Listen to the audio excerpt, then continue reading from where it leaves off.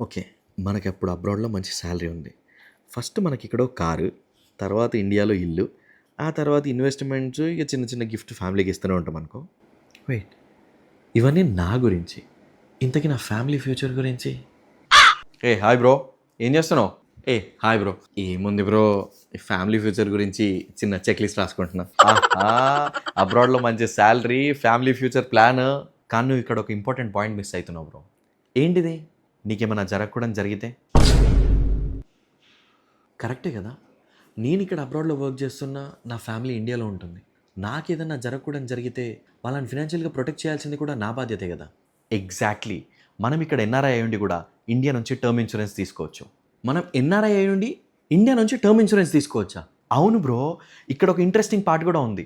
వేరే countries like Singapore, US, UAE వీళ్ళ term insurance premiums కంటే మన Indian term insurance premium plan 50% తక్కువ. 50% తక్కువ?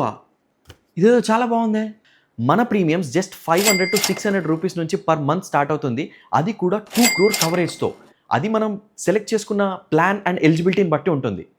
సో బేసికల్లీ మనం ఇక్కడ అబ్రాడ్‌లో ఎర్న్ చేస్తూ కూడా ఇండియాలో ఉన్న మన ఫ్యామిలీని ఫినాన్షియల్‌గా ప్రొటెక్ట్ చేయొచ్చనమాట. Super bro. ఇంతకీ ఇప్పుడేం రాస్తున్నావు? ఇందాక చెప్పినా కదా bro, check list. First car, తర్వాత ఇల్లు, తర్వాత ఇన్వెస్ట్‌మెంట్. కానీ ఈసారి family protection is first. So ఆలస్యం కాకముందే మీ కుటుంబ భవిష్యత్తుని భద్రపరచండి.